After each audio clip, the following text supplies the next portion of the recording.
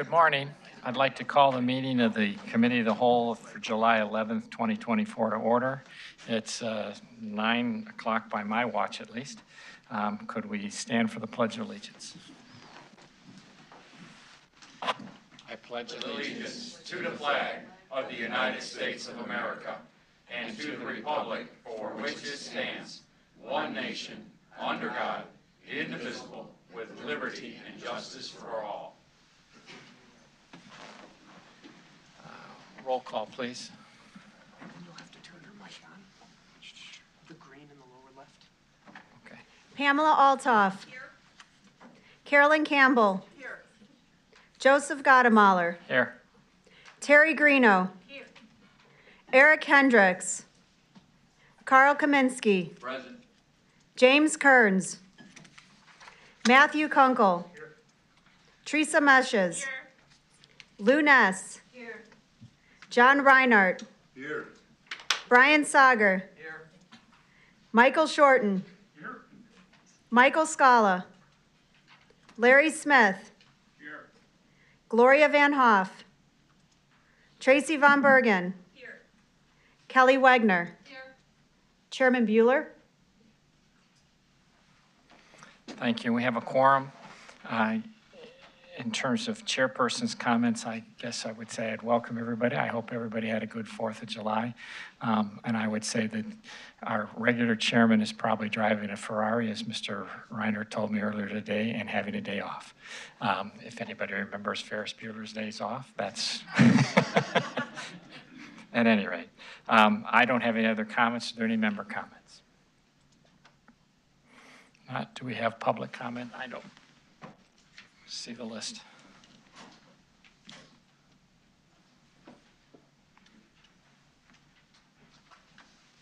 Skip up quick. I have 2 comments written. Greg Glover, if you'd like to come on up. Thank you. You have 3 minutes. There's going to be a red light that comes on there when your time's up. It's not yet. And we will ask you to summarize your comments at that point. Great, thank you. You have the floor. So my name's Greg Glover. I'm president of Cycling Without Age, McHenry County. We are one of several projects that is on your consent voting for next week's meeting. I just wanted to come here today to give you a little bit of sense of who we are and what we do. We've been in existence since 2019. We're a all-volunteer organization. Our mission really is to reduce social isolation and loneliness among older adults in the county. So what we do is give free rides on these wonderful machines. We call them trishaws. They're really kind of a rickshaw, except you're sitting on the front, so it's much more fun. We do this all around the county, both at senior facilities and as well as for seniors that live at home or living alone at home. We've given over 2,200 rides since inception. So we have a lot of fun. A couple of just quick anecdotes. Our very first rider was Dolores Rohde in Hebron, and she has multiple sclerosis. She can't really walk very well, but when we show up, she's always sitting out there on her walker and can't wait. And she said, and she doesn't have family in the area, she really can't get out. She's like, this is my vacation. So she can't wait. The other one is at Valley High, right up the road. I gave this ride last summer. One of the residents was out with a staff member. We were riding across the street. Now they don't want us to do that, but we were riding around the Salt Dome at the DOT, and then we were over at the sheriff's facility. They weren't doing target practice that day. But it was beautiful. There was the trees and the pond over there. It's really nice. And I stopped to take a picture, and the resident said, so this is what freedom feels like. And, you know, it wasn't a comment about Valley High. Their staff is fantastic. I can say that, you know, personally. But, you know, that's kind of what we do. So it's a simple but powerful program. Anyway, I just wanted to sort of introduce who we are and, you know, thank you for your consideration of the pending consent decree. So thank you again for your time. Thank you. All right, next item up, I have Jason Berg, and it looks like you crossed your name off for speaking. It's up to you. Do you still want to talk or not? Okay. I have no other public comment on the list, so at that point in time, we are going to go over to reports and presentations. First, before you, I have Mayor Koenig to come up and introduce the rest of his team working on the Workforce Housing Workgroup report. You're up.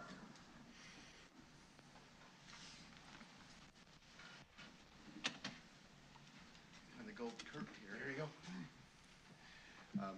Well, I know you're not the mayor. this is the Workforce Housing Work Group report. I just wanted to introduce myself, Scott Hartman, Deputy County Administrator.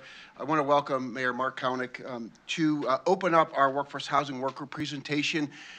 He has some very specific and direct experience with workforce housing development projects, and we thought it'd be great for him to help set the table as you prepare yourself for a wonderful report. Mayor Koenig? Thank you very much.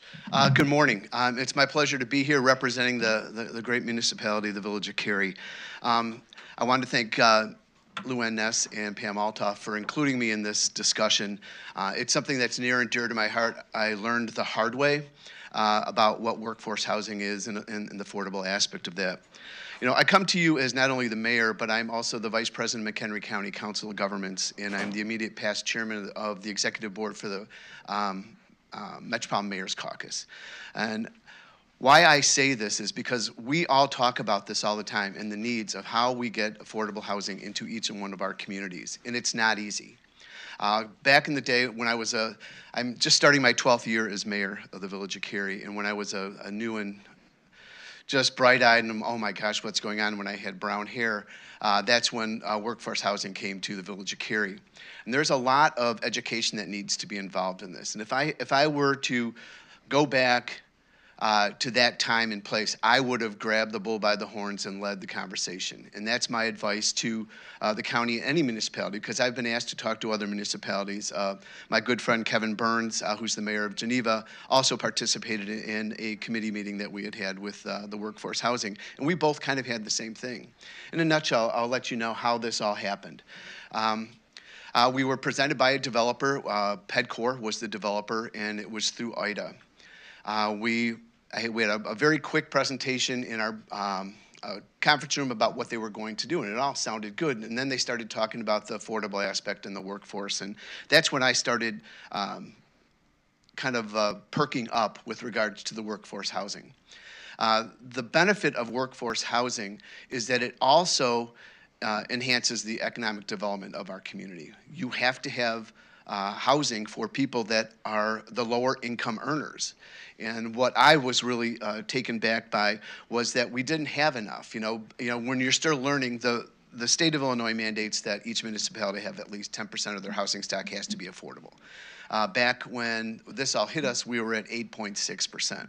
So I'm thinking, all right, this is a great opportunity for us to up our numbers and to provide much needed housing for people that have jobs. But little did I know that the cart got way before the horse. The messaging was so poor. There was maybe a handful of people that didn't want this. And they started talking about Section 8 and, that stuff. So that always makes your hair on your neck, kind of rise when people talk about Section 8 housing.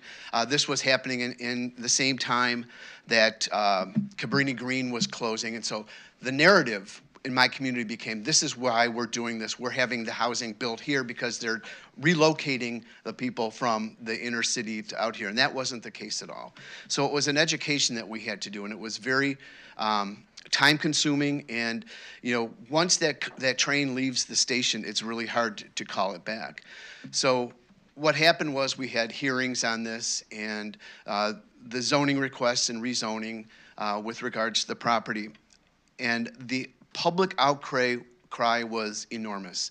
We had to move our meetings from Village Hall to the schools to accommodate the crowds because people were very upset that we were even considering workforce housing in the Village of Cary. They kept referring to it as Section 8 housing, which the true meaning of Section 8 housing is any landlord, if it's presented a Section 8 housing voucher, they have to do their best to accommodate that if the individual can make up the difference between that. So a lot of the outcry that we had was from the surrounding community, the surrounding neighbors where this piece of property was. This was a former manufacturing facility. So it was desolate. It looked terrible. It was adjacent to one of our, we'll say, a market rate apartments that weren't really good. They weren't nice. There was a continuously turning over the management, and it just wasn't a good fit for our community. And we had always worked with these the owners of this apartment that was adjacent to this. And as soon as we started having a meaningful conversation with PEDCOR about the affordable housing and the workforce housing, that's when this other apartment complex took note as to what was going on, that they needed to up their game.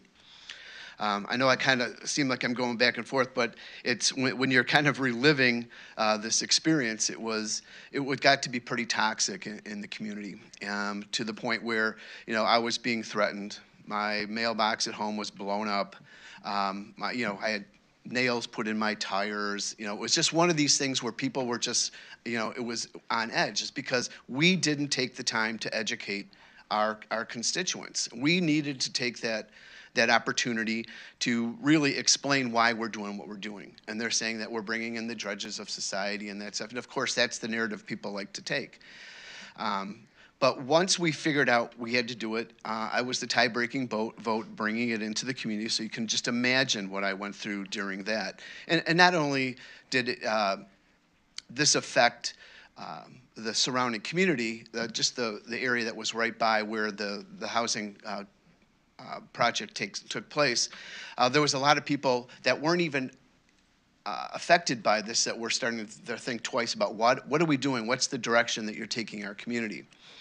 But there was a light at the end of the tunnel. Our largest employer at that time was Sage Products, which is now known as Stryker. Vince Foglia, I'm sure people have heard of him before. He called me into his office in Cary, and he sat me down and he said, "You know what? Stay the course. You're doing a good thing. I need more housing like this here. And as a matter of fact, I encourage you to search for other opportunities like this." And I'm like, oh my gosh, there's no way I'm not going to do this again. But when you look at the big picture and you look at the aspects of how this helps your economy in your local municipality, it makes things much brighter. You have to have an opportunity for really good people to come into your community. And this is how we have now explained it now. We have absolutely no issues. And it's called Garden Place Apartments. It's on First Street in Cary. That's 60 units. We designed the heck out of the buildings. They had like 4 big buildings they were going to bring it in. We broke it up to like 11 buildings. It looks like a really nice upscale townhouse community. So when you drive by it, people don't have any aspect. People think, well, there's bullets going to be shot and all this stuff. You hear these things, and Facebook is not your friend in a situation like this. So you try to give the representation about how you need this, because it really has helped us focus on the entry-level positions. Because Vince Foglia, in the conversation that I had with him, said that I have people coming from southern Wisconsin to come to work, and these are my entry-level employees. They're the factory workers. They're the entry-level admin people. I have people. I know that Harvard is part of McHenry County, but the commuting time to get to Cary from Harvard was becoming daunting. And then the winter months, his thing that really kind of triggered me to be a lot more accepting to this is that he wants his employees to be part of the community that they work in, to understand the value of good neighbors and to start somewhere, giving them a place to where they can move up to some of our smaller homes and to our townhouses and that. That's what it's all about. You can't look at the aspect that, affordable has got such a negative connotation in any type of housing, but it's all how you package it. I'm a big believer in affordable housing. As a matter of fact, after we passed this with my tie-breaking vote, I also was the tie-breaking vote for bringing in an affordable process for our senior living, which is another 60 unit it was over 62. But one of the things that I find that needs to be taken care of at the state level, and I've talked to state representatives, I've talked to the governor's office about this, is about making the process a little easier, streamlining it to get the IDA grants that they're looking for and the tax credits that are out there. They make it very cumbersome. It's very competitive, but there has to be a way that we could streamline this, because everybody's talking about we need this, and this. Yeah, everybody wants to do this, but no one wants to take the time to reform the process to get there. And the education is key. And when you talk about various projects like this and the value to this, when you talk about, there's IDA that also helps with the seniors, and we have an issue in our community, in our county, and in the state about people aging in place in the wrong place. People don't want to leave Cary. We found this out. People enjoy it. They like where they live. They want opportunities to stay there. So these processes would only help. As a matter of fact, we have another project right now through Alden looking at I think it's 46-unit senior housing, and so they're going through the IDA process right now. It's a great thing. This is the first time that we had, out of the 3 projects that we had not had any public outcry. The only public outcry we had was due to the fact that by putting in this building, they would be removing some old oak trees.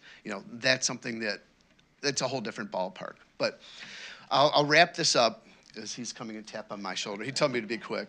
But I'll wrap this up by saying I want to talk a little bit about the economic benefit to this. When Bartlett Manufacturing owned the property where our PedCore Garden Place Apartments is now, their tax bill on an annual basis, everybody included, was $27,000. Right now, that tax bill is approaching $140,000. So when you look at the benefit to all the taxing districts, it's a win-win situation. The same thing for our Pearl development, which was the senior housing. I think that tax bill was around $15,000 a year. Now it's approaching about $65,000 a year. So there is an opportunity for economic impact for all of the taxing districts within a community. But I guess I want to stress one thing, is that the education is key. Get out before anybody talks about it. I think now is the time when you talk about what the housing is, how we get there, and the ease it could be to be there. So I'd be happy to take any questions if anybody has anything.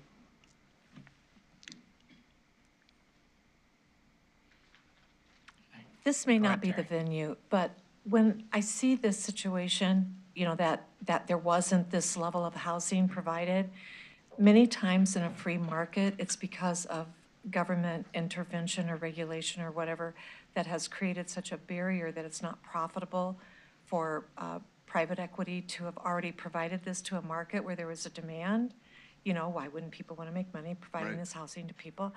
And so has there, and I know it's not the purpose, you're trying to solve the problem, but has anybody ever looked at what was the root cause that created this situation in the first place?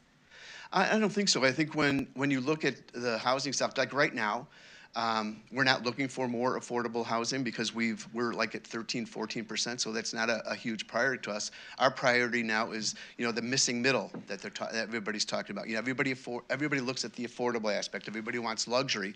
So when communities are focusing on this, you forget about the people that fall in the missing middle, which is a benefit to help the people aging in place in the wrong place.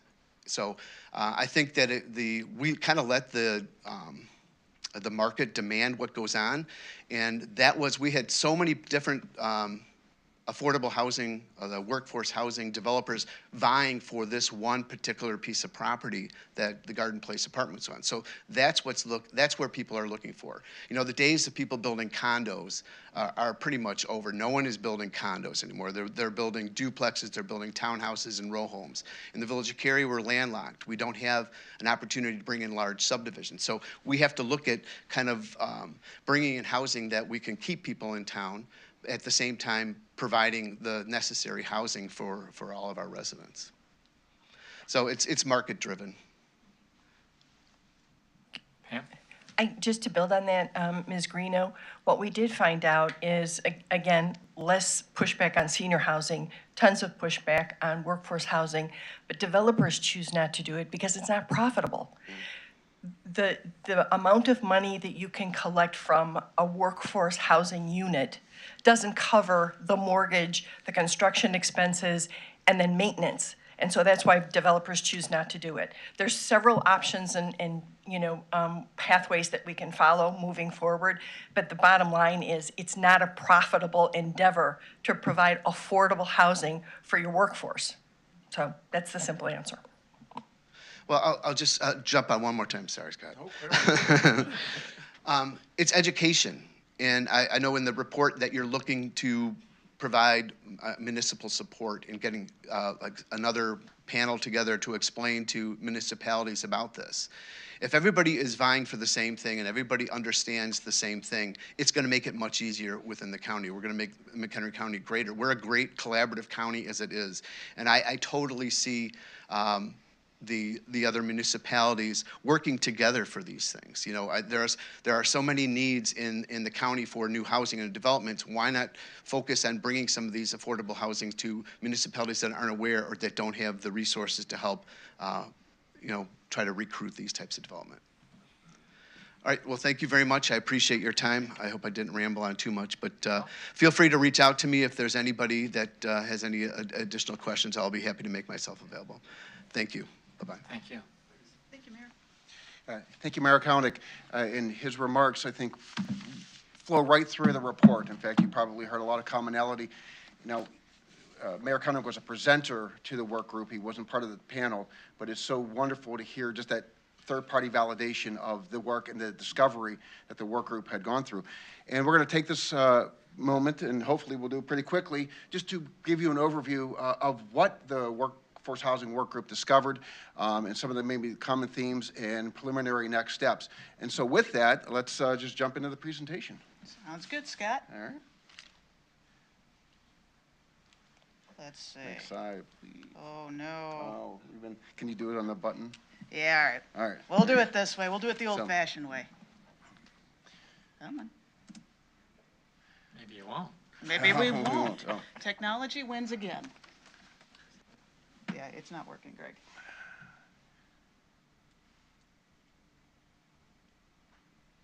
Do you have, It should go, right? In theory. Can we call IT? There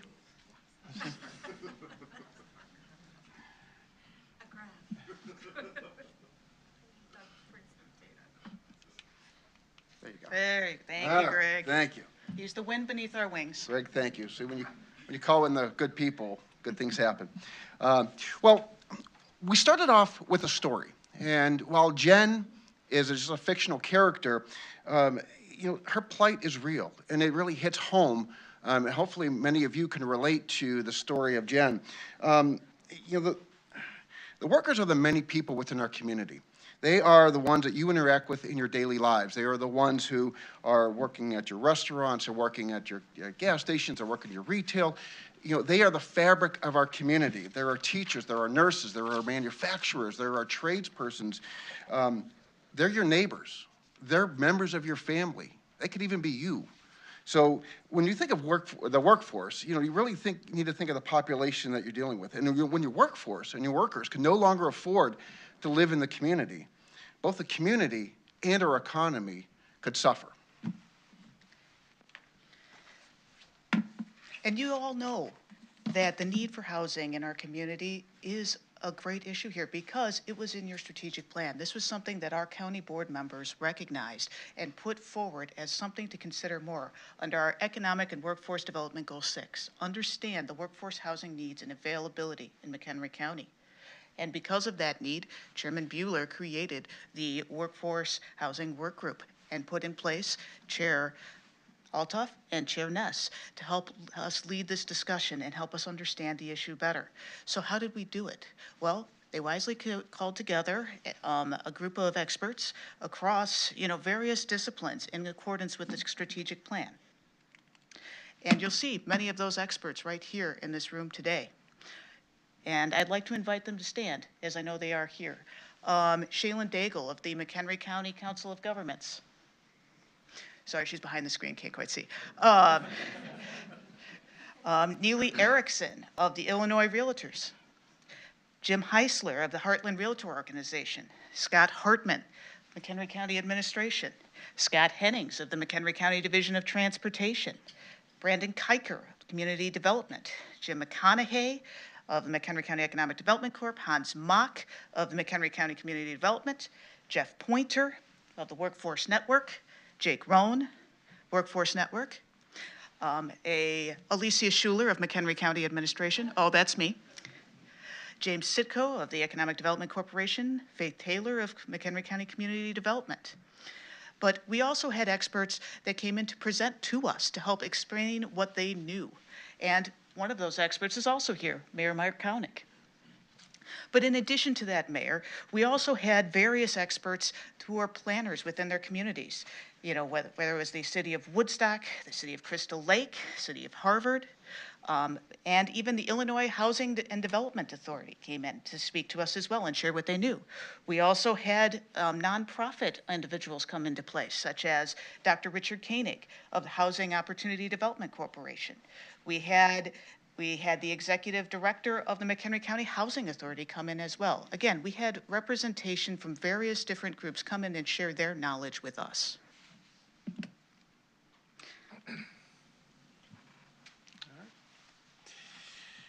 So what is workforce housing, and who are we really talking about?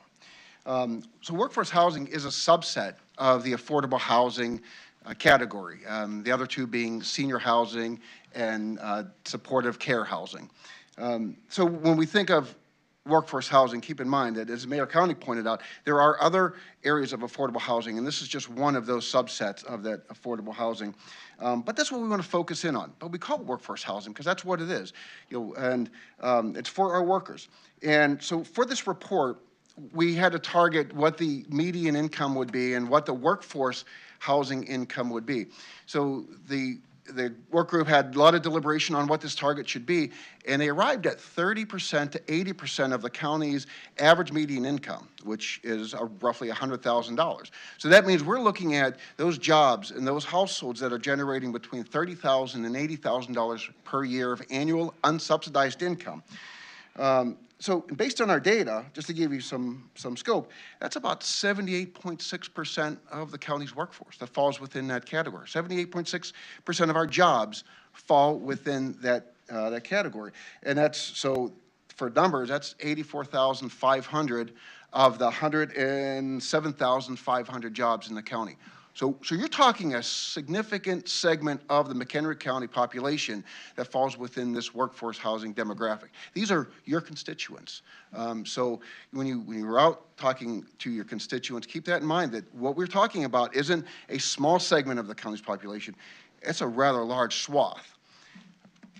And according to both the Illinois Housing Development Agency and HUD, the housing should cost no more than 30% of a household's annual income. So 30%. If it's more than 30%, it's what's considered cost burdened. And so to give you a perspective then, based on that 30% cost burden figure and what I just reported for what the median income is, that means housing for the workforce should cost between $750 to $2,000 per month, in order for it not to be cost burdened to the workers. Now here's my challenge to you. After this meeting, or maybe through the weekend, try to find good, decent housing within McHenry County in the range of $750 to $2,000 per month. And I'd love to hear your results. So. Thank you, Scott. So, the crisis. According to the National Association of Realtors, there is a shortage that has developed across the nation of 5.5 million housing units. I want to say that again, 5.5 million housing units. And you can see the effects of this shortage right here in McHenry County. You can see it on that graph right there. That represents the permits issued in McHenry County for housing over the years. Forgive me, the font is a little bit small, but this is 1980 right here, 2024. You can see that drop off in 2008, and we've never recovered. That is what you're looking at, a housing shortage. In McHenry County, over 25 19,000 households are cost burdened by their housing expenses, nearly 1 in 4 households. Over 19,000 McHenry County households would struggle to afford a one-bedroom apartment. So let me show you that in pictures. According to our realtors, in McHenry County, you're looking at the costs right there in that second graph of the average cost in McHenry County for a studio. Now, that's an annual cost of what it would be per year, of what you would have to pay in a year to have that, to correspond it with the income. That's the amount of income you would have to be able to afford that house. That's your 30% mark, right? So again, you're going to see where the 19,000 odd households fall that are in the 20,000 to 49,000 area of income in the first yellow block there. And then that's the second, and the second block is the 50,000 to approximately 75,000 area range there. So you can see from that graph that these people are all going to struggle to afford a 2-bedroom apartment, period. And most are going to struggle to even afford a 1. To further augment this issue, you can see in the top graph that we have a mismatch of what kind of housing that we have available in McHenry County. Most of the housing that we build is single-family residences. So even if you had people who could afford, to have the 1-bedroom or the 2-bedroom apartments, the stock just isn't there.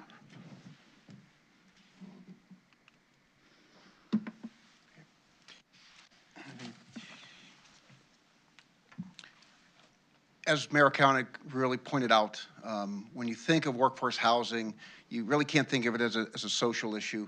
You got to think of this as an economic issue. It is our employers that are the ones leading the charge to say workforce housing needs to be resolved. And I would once again throw another challenge onto your lap. Talk to your businesses and ask them what a top concern, if not the top concern for them is. And that is going to be maintaining, retaining, and finding an available workforce. But if you don't have the housing to provide for the workers to live, they're simply not going to come here. So it's not so much for the workers, it's for your businesses. In order for your businesses to survive and to thrive, they're going to need that available workforce, and that available workforce needs to be local. And the challenge is going to be to ensure that our communities have the ability and to develop this workforce housing. So when we were looking at the jobs, this graph is actually really interesting. What this graph is showing us is of all the workers of all the jobs, in McHenry County, 46,375 of those jobs are filled by workers who live in McHenry County. 43,500 roughly are filled by people who commute into McHenry County and work. So they come from whether it's Wisconsin or other counties surrounding us, but they come into McHenry County for their job. But what we noticed was almost 110,000 of our workers, of our McHenry County residents, leave McHenry County for their job elsewhere. That's 2/3 of the county's working population that leave the county and go somewhere else. I think that's an important consideration. And when the work group was going through all the data points, we had several aha moments. But this is probably one of the most substantial aha moment, is to realize that not only are we talking about the cost of housing, but now you have to add on the cost of transportation. Can we flip the next slide here? Because as your workers are leaving the county, they obviously have to take into account transportation. So on average, it costs about $16,500 per household just to cover transportation costs. That's vehicles, that's maintenance, that's insurance, that's for the rides on public transportation, and that's the average across all the incomes, not just our workforce housing income. And that's a substantial amount, but that also needs to be taken into account as part of the cost burden equation, because not only do you have 30% of your cost on housing, now you have an additional cost that our workers have to spend on transportation. On average, across all the income levels, 29% of income is spent on on housing, and we have another 23% spent on transportation. That's a total of 52% of income of any worker in McHenry County, on average, spending between housing and transportation. So more than half of their income on this. So you can see the impact. And when we look at this, we can't just look at it in a vacuum of just housing, and we have to look at how that housing is developed and where that housing is developed, why it's important to ensure that as we want to effectively address workforce housing, we need to also address the transportation costs that go into it. So it becomes very imperative that when we look at potential sites for development or redevelopment for workforce housing, that we also need to look at viable transportation corridors. Are they on a metro line? Are they, as in like the village of Cary, do they offer transportation that our workers can use to help reduce that overall burden? Because if they're spending 52% of their income on housing and on transportation, that does not leave a lot left over for anything else, including the necessities, including helping bolster our economy, helping our retail base. So you can see how this problem just gets deeper and deeper. It is very important to note that while McHenry County has taken the bull by the horns and said we need to look at the workforce housing issue, and I do appreciate the strategic plan goal to recognize that and put this into motion, McHenry County is not the only one doing that. Lake County, DuPage County, Will County, Kane County, they're all looking at this as well. In fact, it was very interesting. I think we all independently arrived at the same thought pretty much at the same time. In fact, right when this work group was being put together, there was an article, and I believe it was the Daily Herald or Trib, talking about DuPage County's workforce housing work group, or counterpart thereof. And I thought, wow, did they steal our idea? But as you can see, it's not just McHenry County's issue. It's a regional issue. It's a national issue, as Alicia pointed out with the data. So other communities and other counties are working on this issue. So if McHenry County does not make any substantial headway in resolving the workforce housing issue, other counties may beat us to it. And when you have 110,000 of your workers that are leaving the county to go somewhere else, and if they're able to find more attainable housing closer to their job, do we jeopardize losing our population to other counties? What happens? And then if they don't stay here, if our workers don't stay here, what happens to our businesses? Do they stay here? And as a final point to that, just to show you the commitment that others are making, DuPage County has committed $5 million in their budget. Just put a stake in the ground of $5 million to address workforce housing. No specific project or whatever. They said it's important. Here's $5 million. As they go through their budget cycle, they're going to consider adding additional money to that, just to address the workforce housing issue. So, other counties are doing it. And other counties are committing financial resources to this to make meaningful headway. Keep that in mind, because there's a lot to lose for McHenry County if we don't continue on this path to help address and resolve the workforce housing challenge.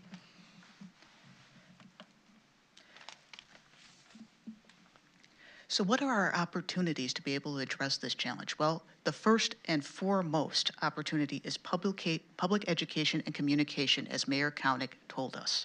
The narrative and perception needs to change. There are local success stories. And you know what? You don't need to believe me. You can see for your own eyes, because a picture says 1,000 words. I took that picture right there, standing on the sidewalk in front of the Garden Place Apartments. That's it right there. If you did not know that that was workforce housing, you wouldn't know walking down the street. And this is the story that we need to start telling. There are also opportunities to promote or incentivize income-controlled development. So what's that? So that's like the Taylor Place Apartments. It's the lasagna financing that Dr. Koenig explained to this board before. You use different types of funding from various sources, federal tax credits, to build this workforce housing. But there's a problem. It takes 3 years on average from start to finish to get the financing, and that's before the shovels are even in the ground. But there's other tools in the toolbox too. There's the land banking and land trust opportunities. What are those? Those are opportunities to leverage the business folks within our own county, the people who want to be flippers. And if the local governments can clear some of the liens and stuff on properties that need to be fixed to begin with, you can make it so that the business people in our community can do what they do best and be entrepreneurial and fix up the housing within our county. There's also opportunities for zoning as well to look at some of the ways that we can be more accommodating towards different types of developments. I'm going to hand it over to you, Scott. Thank you. So it was abundantly clear as the Workforce Housing Work Group developed into this and worked through this, and we'll use our co-chair Lou Ness's phrase, workforce housing is a long game.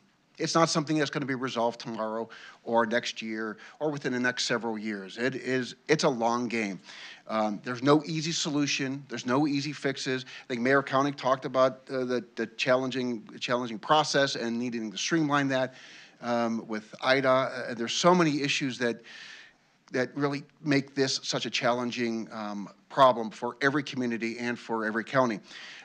It's a multifaceted and multidimensional problem that intersects with many other areas of public policy. We talked about transportation. We talked, you got the social aspect. You're looking at municipal partners, looking at zoning and land use, and looking at the community perception. So there's so much that goes into it. I wish it was easy. I wish we could come out with this report and said we studied it. Here's the fix, done. But that's nothing. That's not going to happen. And it's not a McHenry County issue. Everybody's dealing with the same issue. It's not going to be resolved overnight, but meaningful headway needs to continue. And unless you start, you're never going to finish. So that's really for the preliminary next steps is this work needs to continue. As I mentioned, we have other counties that are working on this, and they're going to continue it. So I think it's in the county's best interest that you similarly work on it and continue it. So what the work group would recommend as far as some preliminary next steps is let's focus on our municipal partners. McHenry County does not build houses. We could approve a subdivision somewhere non-incorporated, but really to address this issue, it needs to be with volume. And our municipal partners are the one who have the ability to develop the volume. I think Mayor Koenig gave you a great example of what he did in his community and the challenges thereof.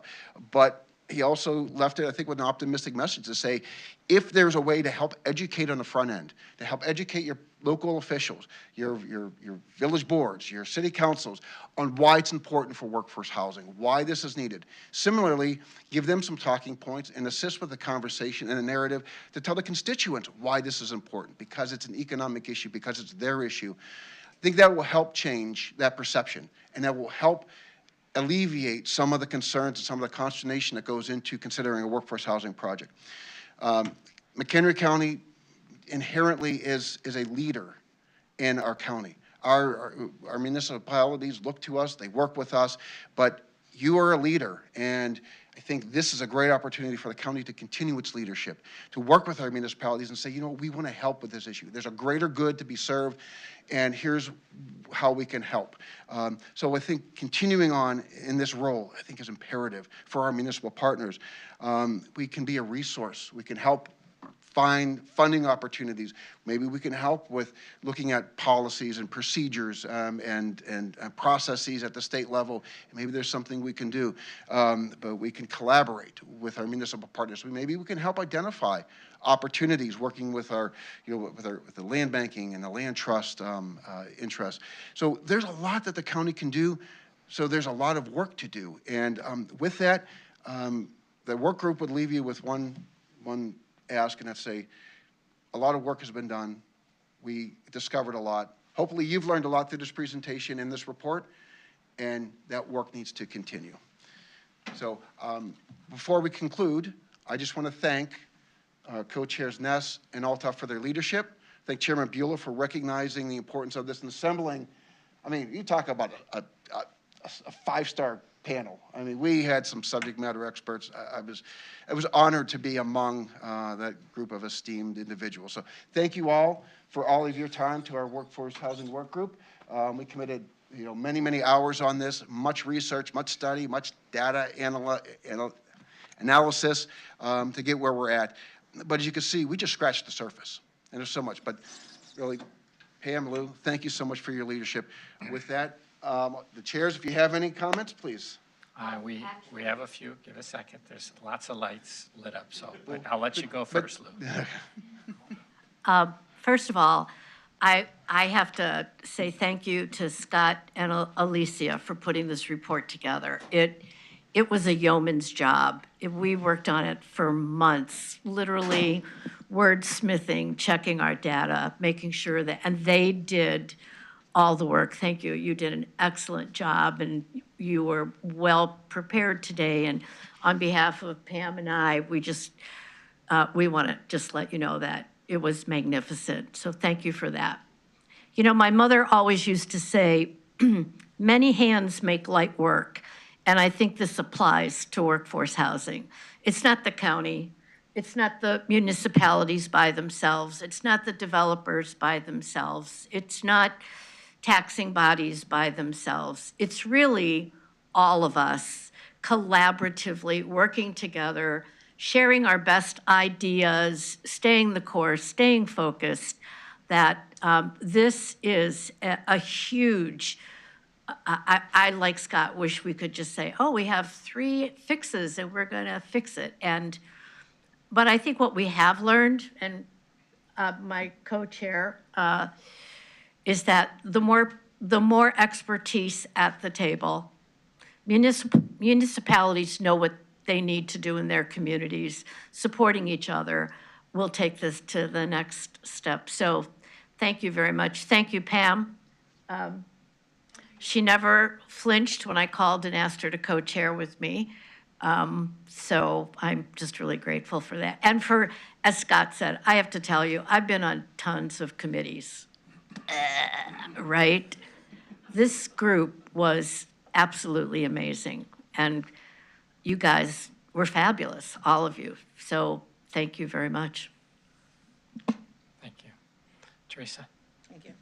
Thanks. I'm very appreciative that this workforce housing subcommittee got going. You know, a lot of times we say we're going to do something and we drag our feet a little bit. So I'm glad that it happened, and those who led this occurred. So thank you. I have kind of 2 questions, and they're both about money. I don't know if we can answer them today, but if we can't, then they can go to next year's study group, right? One was, when we said that DuPage County put $5 million of their budget towards workforce housing. Do we know if that's going to be used for like a granting opportunity? So like for ARPA funds, we used a small portion, I would say, although that's a subjective term, towards workforce housing. And, you know, the reason why this board heard from Dr. Richard Koenig before was because we put a lot of analysis on whether we were going to approve the grant that he was a part of, kind of maybe for some of the reasons that Mayor Koenig spoke about, like, is this, you know, one is it going to be something that we want in the county? And 2, do we want to spend the money on it? And 3, is it ever even going to happen because of the lasagna financing? So I would be interested in knowing if other counties are creating granting opportunities with their property tax dollars. The other question I have, although maybe I should do this in 2 parts, if you want to respond to that first, if someone wants to respond to the first one. I'll respond to the first Okay. one. I can't say whether property tax dollars or other dollars for DuPage County. We do know that it was $5 million undesignated. They said, we're going to put our money to our mouth, or our money where our mouth is.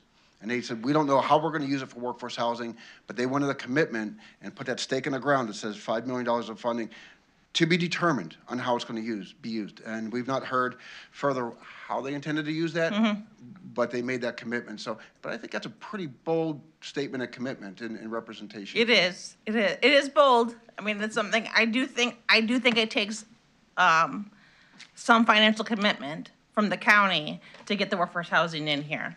And so I don't know if that's on finance committee. I'm sure Mike Scala is not here, maybe he's listening, that perhaps I will look into talking about that in a future finance committee. The other question I had was when Mayor Koenig spoke about the fact that Gardner Apartments brought in, I did the math fast here, like 6 times more property tax dollars. Was that new growth dollars, or was that alleviated tax on the other residents of Cary? We'd have to defer to Mark to comment.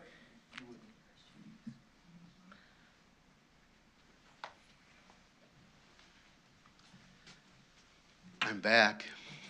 I missed you, yeah. Could you rephrase the question for me, please? So you had spoken about the fact that when the property was owned as manufacturing, Right.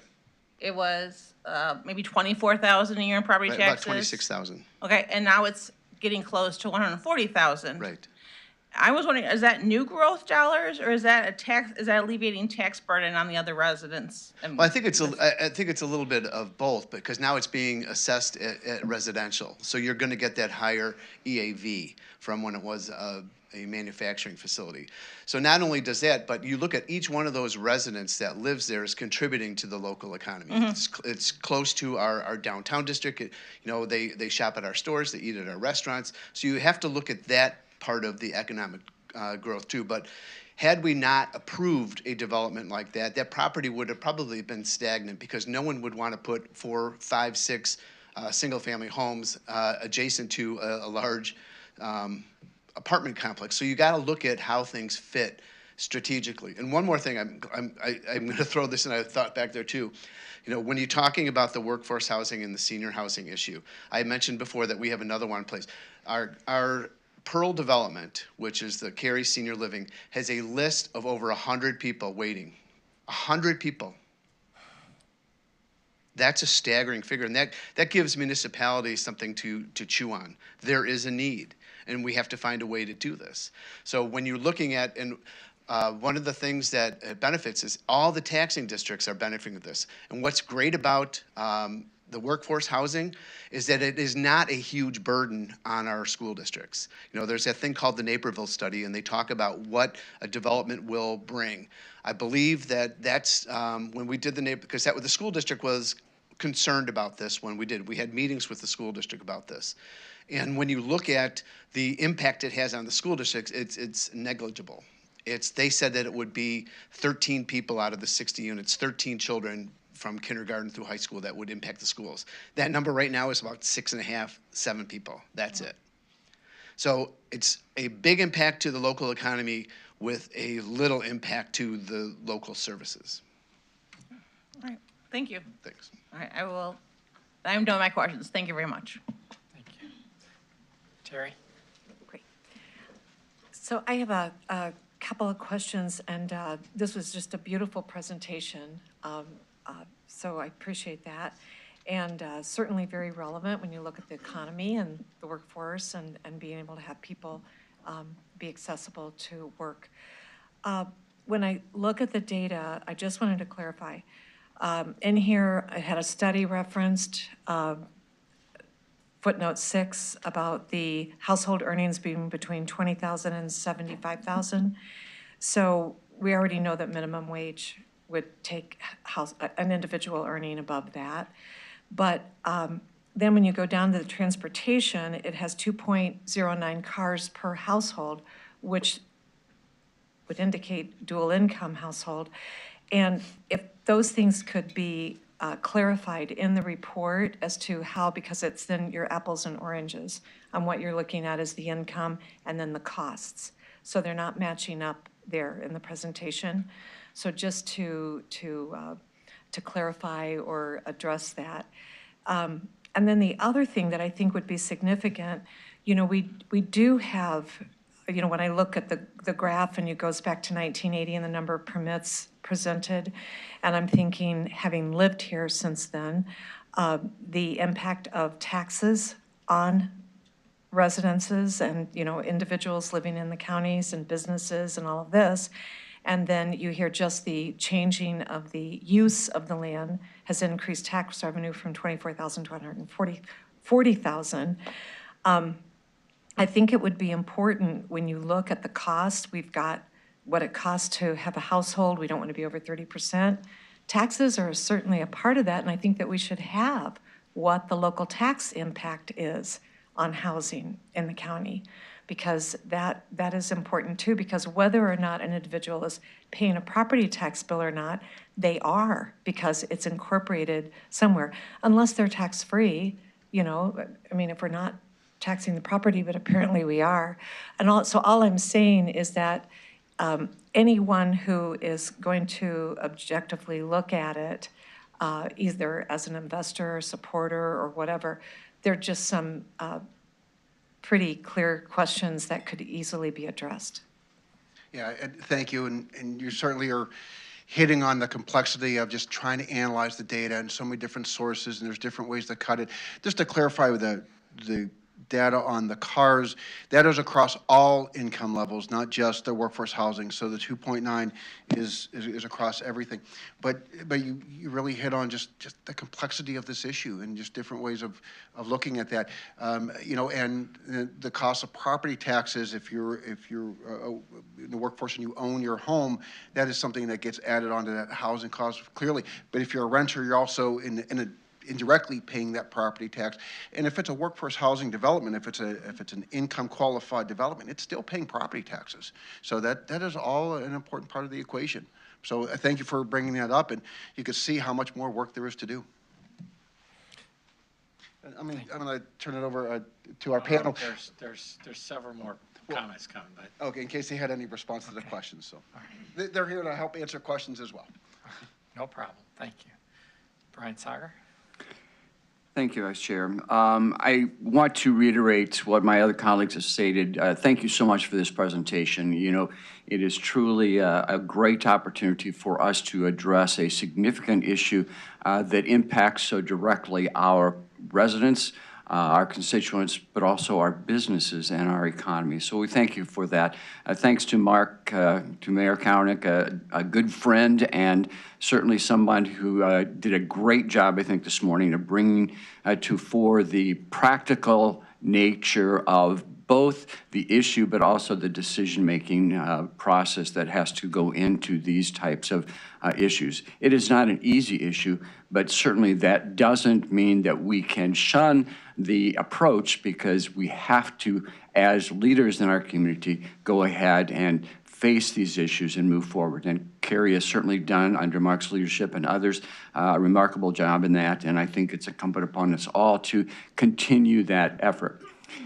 A few points, I guess, of perspective, and also then some what-ifs or what can we do types of things. The first is that I do believe that there is an overriding perception here in McHenry County that is somewhat skewed. And I think it's skewed by a simple desire in some respects. And that is that I think that we desire sometimes to believe that McHenry County is kind of an upper middle class, upper class, if you will, type of community. And so we don't recognize the fact that in reality, we are a blue-collar community, and many of our residents are faced with challenges associated with the cost of living.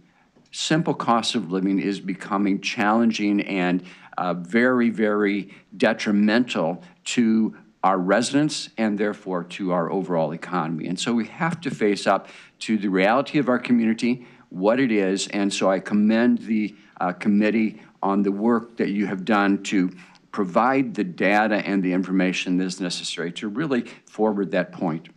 The other thing that I think that we have to acknowledge is the fact that it is a complex issue. There are tremendous numbers of impactors that fall into this particular arena. And we look at other impactors such as the increasing today costs of the very staples that we all require. It's not just housing, but it's the cost of food, it's the cost of clothing, it's the cost of medical care, and the cost of education. All those types of things which provide for a quality of life within our community are increasingly expensive. And it is a challenge for all of our residents to address those particular needs. So that forces, I think, upon us a very important burden. But it is a burden that we have chosen, if you will, as elected officials to approach and to address, and to do so in a dramatic fashion. But we have to ask ourselves, as elected officials, about the tax impact that our decisions and other elected officials make up on the cost of living and being a part of this community as well. So I appreciate what colleague Greeno has stated with regards to that area. Those are some observations. I think the fact of the matter is that as leaders, we have some very specific charges now that have been placed before us, not only this morning, if today is the first time that we recognize it, but have been out there for quite some time. The first is that we must, absolutely must, take a look at housing and how that impacts our residents and how that impacts our future. So that's not simply an opportunity. It's not simply a choice. It is a requirement, something that we must do. And so I appreciate everything that the committee has done and the forthright leadership of the chair to appoint the committee to make sure that we are bringing this to our fore. I'm wondering if there aren't three areas that we as a body can truly decide to emphasize in our future planning, in our future efforts. The first is already been stated, but we have to look at our policies, our procedures, our requirements, our zoning, all of those types of approaches and how we can make things more streamlined, make things more geared towards housing opportunities. And I don't think that we've done an effective job at that. We have a tendency to look at how we can use those things to protect. Don't misunderstand. I do believe that we have to use our laws and our ordinances and our zoning to do a certain amount of protecting and planning. But let's not forget that we still have to keep things workable, practical, applicable. And sometimes we forget that. So I think we have to reevaluate and examine that. I think another thing is that we need to make concerted efforts, as the one that has been started with this committee work right now, continue. So I'm wondering, just a thought, and I know that committee is an ugly word and I apologize for it, but perhaps we should have more of a standing, standard, regular committee, just like all of our committees that are out there, devoted to housing. Maybe that's what type of commitment we actually need to have, and we focus on that. And then also, as been stated, I think that we all have heard the mantras for so long: invest in McHenry County, invest in Woodstock, invest in Cary, invest in all of us. But in order to do that, we have to do that as a county too. So I applaud DuPage County. I think it's something that we need to seriously consider. Teresa's pointed out the commitments that we have made to date. We've got to be a little bit more thoughtful about that and put that into our budget. So we are making a statement that we stand behind these efforts and we're going to make something happen here in McHenry County. So again, my kudos, my appreciation sincerely to the committee that's worked on this, to the report today, to Mark for his very, very strong professional presentation in terms of practice that is going on and that we can all adopt. Thank you. Thank you. Ms. Wagner. Thank you. I actually appreciate watching this twice because there's things I missed at PCHS. Thank you for this complete presentation. Actually, since I saw it at PHCS, I have been talking to people in the community, and the reactions are, people are amazed at the statistics, but then they also know that we need help. So thank you for giving us the information that you have found. And thank you to the committee. You guys have done an amazing job. It's a great first step, and we all know we have a lot more work to do, but we can't do anything until we know the entire situation and the statistics in the county. So now we can make an impact. So you had talked about the neighboring counties investing in it and looking at it. And I know we all are concerned about our own county, but I think it would be a good idea if we actually met with the neighboring counties, so we aren't reinventing the wheel. Everybody's probably doing similar committees or similar things, and I think if we could all work together, then that way we can bounce ideas off each other. Sorry, I have a cold. So that's one thing. And the other thing too is the statistics in this report. You, in PHCS, you had talked about there was a housing survey in 2021. Is that where these statistics came from? Forgive me, Member Wagner, there's a lot of statistics in this There are. report. Which point are you speaking to? Well, I'm just the inventory of the housing, the costs of the housing, things of that nature. There were different places where we got data from. Oh, you're right, it is it is. Yeah. You're right. So the reason I bring that up, I guess, is because there was a housing needs assessment done in Rockford, right? And so that would be our next step if we would, I assume that would be one of the next steps to pay for a housing needs assessment? Yeah, I think that would be certainly a critical part of this analysis, is to do that formal housing needs assessment to make sure we understand truly what that inventory is, what it looks like, what's available. You know, that's another consideration too, is availability, supply and demand. So, yeah, we would certainly agree with that. And any idea how much that costs? No. But we do know other counties have done that. You mentioned Rockford has done that. I believe Lake County has done that. And to your point about doing a regional effort, CMAP is now actively working on this. In fact, a lot of the information that I understood from our neighboring counties came from a CMAP meeting where the county chairs came together, and workforce housing was on the agenda, and each talked about their efforts. And through that discussion, I was very pleased to hear that the points that they had made in their discoveries in their chair reports really aligned with what this work group found out, which validated this work and said we're independently coming to the same conclusions, and we weren't off of left field. So I was very pleased to hear that. But yeah, it's not just a McHenry County issue; it is a regional issue, and with our current participation in GSEP from an economic development standpoint to the Greater Chicago Economic Partnership, this is a regional issue, and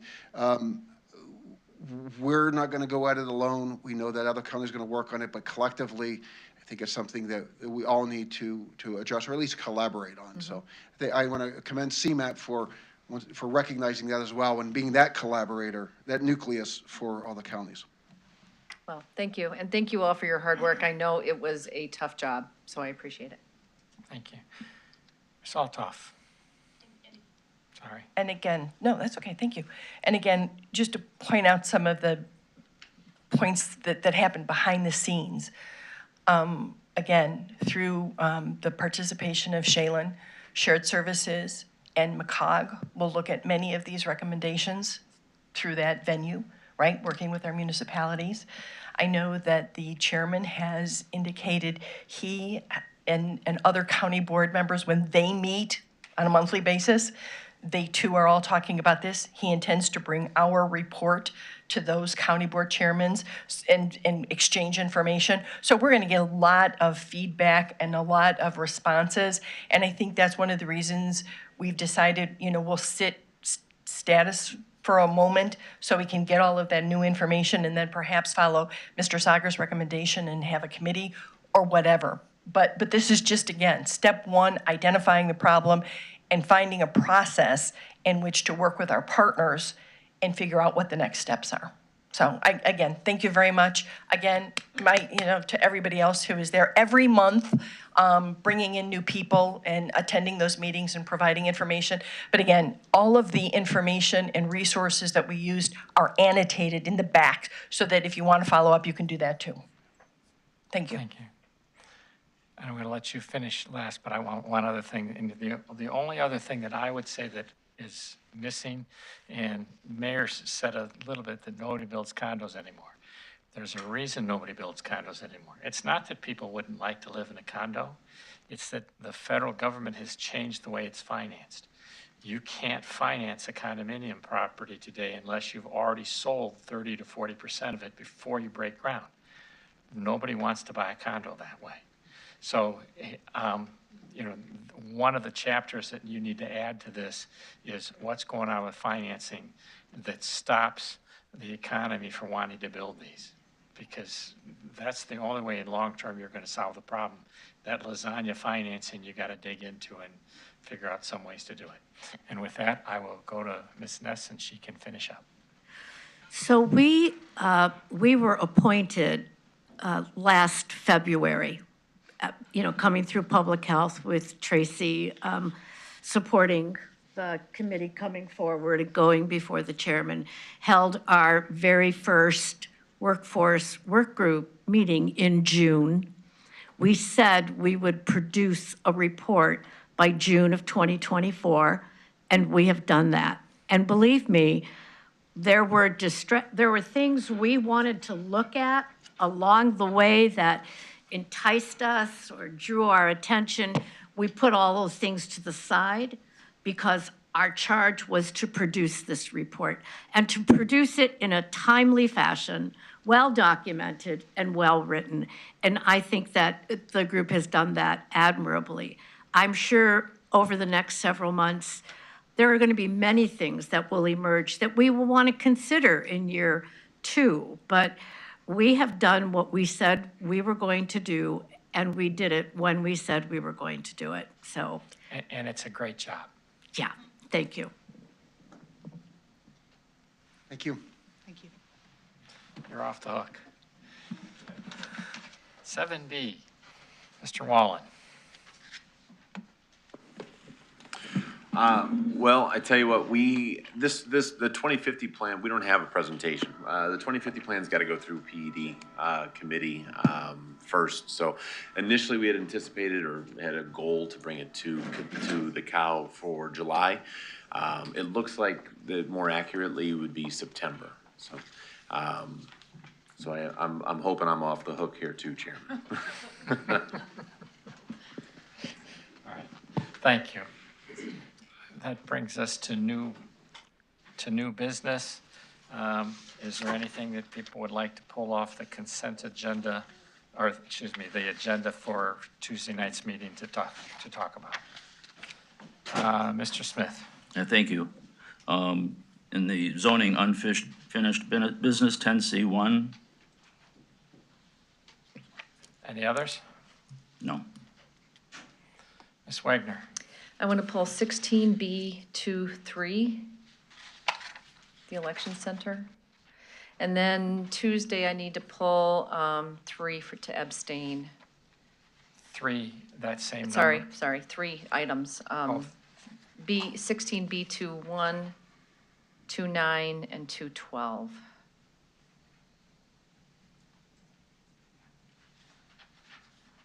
And those you're pulling only for the purpose of abstaining, Yes. correct? Yep. Okay. All right. Mr. Smith, if you would take up 10C1.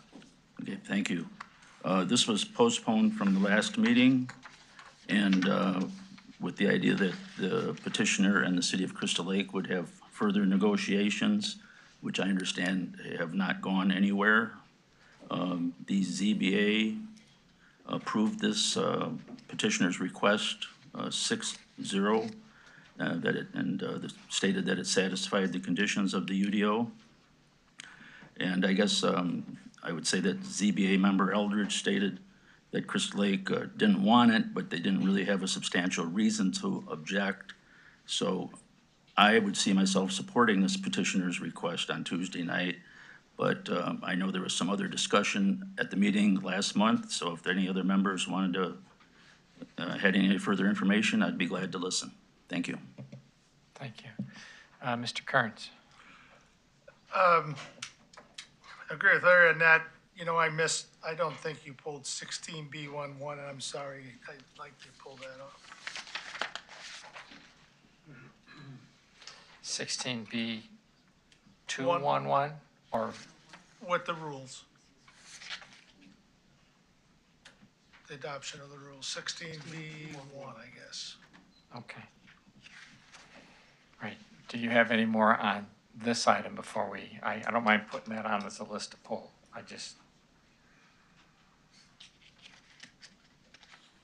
No, other than I just agree with Larry Okay. on that. Mr. Reiner. Yeah, I'm sure Adam will have something for us, or maybe you will. I would like to reserve my comments on the Prairie, the Crystal Lake zoning objection with the B1 to B3, but would it be true to say that if they needed a building with fire suppression, they would have to go into the Crystal Lake water anyway, and that it's right under the road, sleeved for them? So would they even get the permit from us because there's water right there?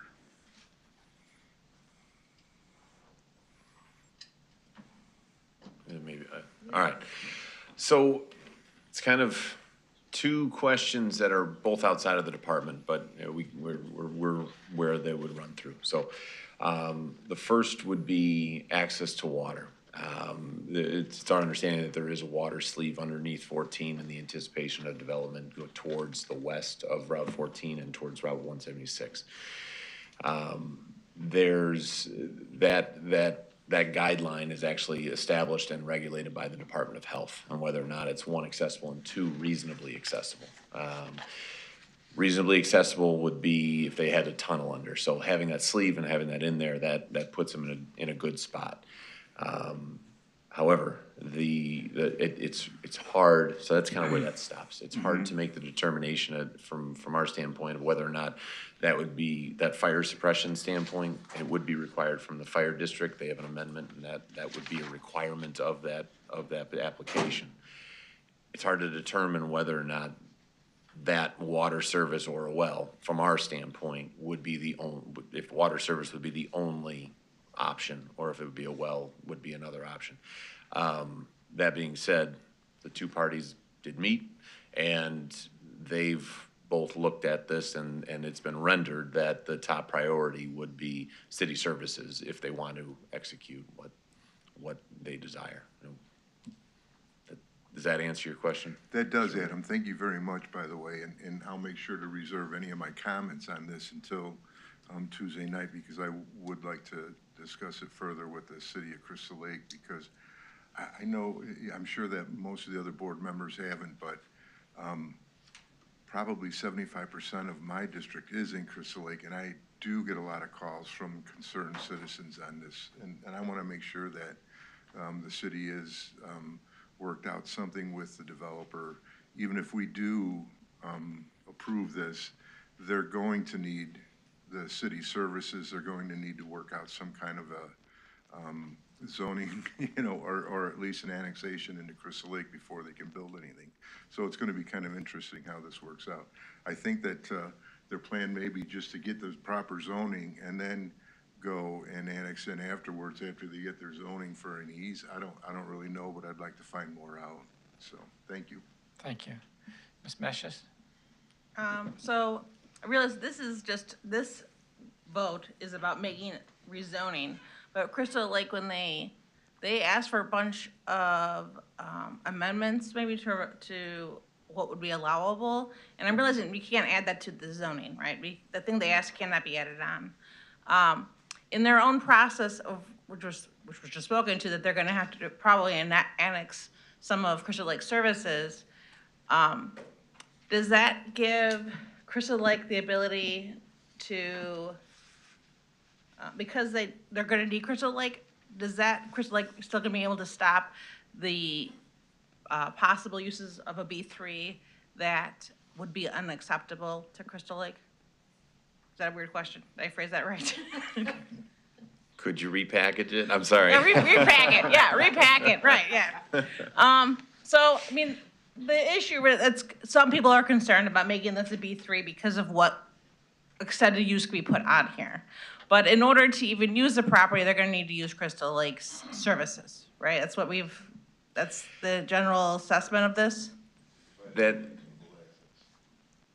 it seems that the two parties, at the risk of being redundant. I mean, well, I'm gonna take 60 the other party out because they could sell it, right? They could sell it tomorrow, and the zoning stays forever.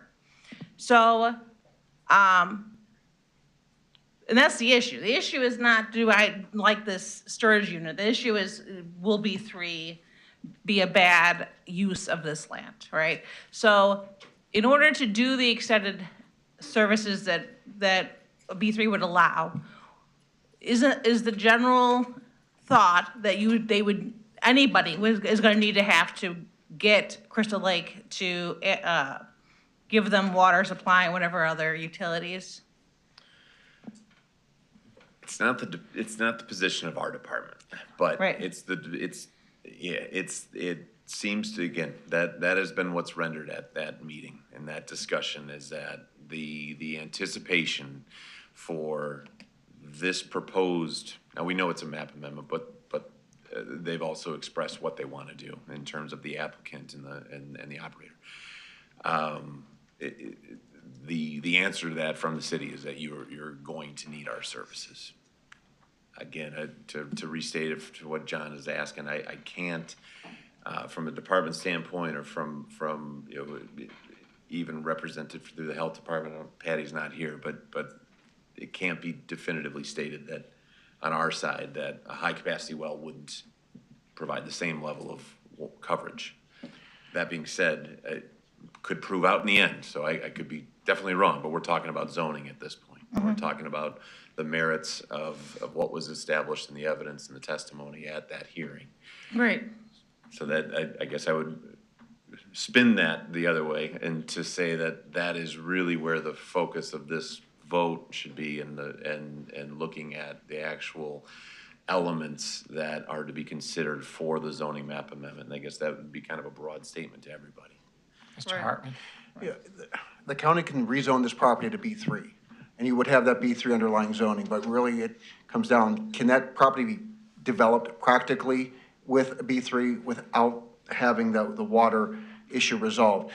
Fire suppression is going to be the key driver onto whether or not that can be developed on a high-capacity well or not. And if it can't, then it's going to be reliant on city services.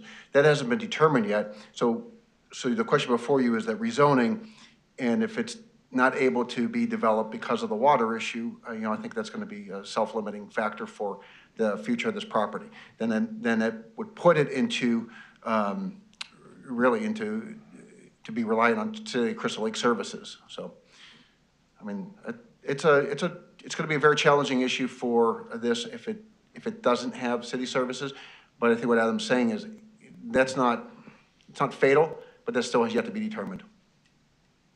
Okay, yeah. I mean, I think I'm also looking into, so if we zoned this B3, but it's not really usable for B3, what are we knocking out by making it B3 that would have been allowable? So for instance, in a different example, like you can't put a house on a B3, right?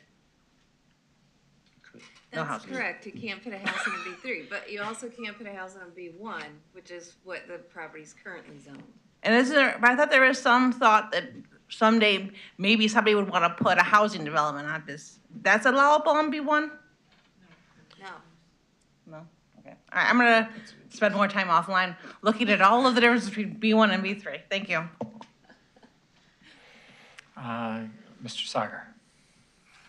Thank you, Vice Chairman. I have a tremendous amount of respect and appreciation when any entity comes forward to propose a project which is going to increase our economic growth and development. So I have a great deal of appreciation and respect to the petitioner for that.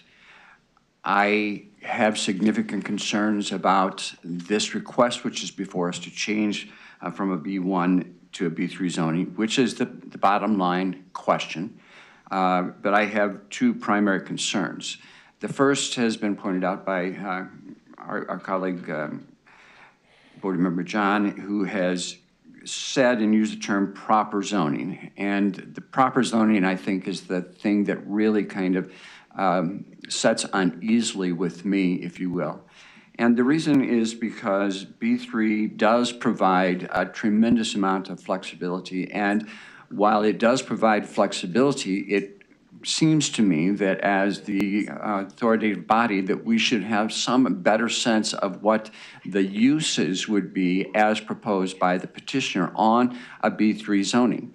And that conversation has not been well presented in my mind. It doesn't seem to be solidified, my interpretation, by the petitioner themselves, and so that is a concern to me. we have gotten into this discussion with regards to, the what-ifs and the difficulties of trying to predict, because we are dealing with a municipality and we're dealing with a county and we're dealing with a petitioner and we have a landowner. So all of those types of things are indeed complex.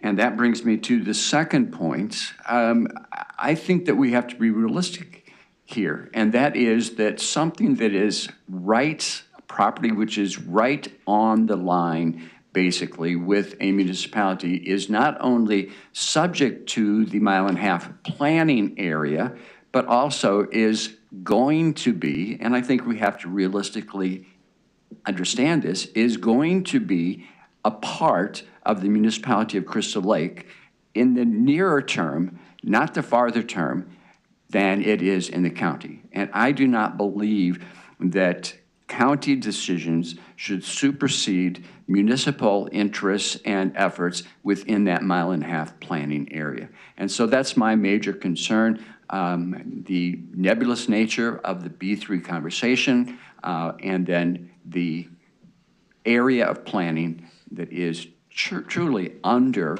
in my mind, Crystal Lake. I have a strong bias, granted, for municipal planning, and that's where I'm going to come down on this decision. Thank you.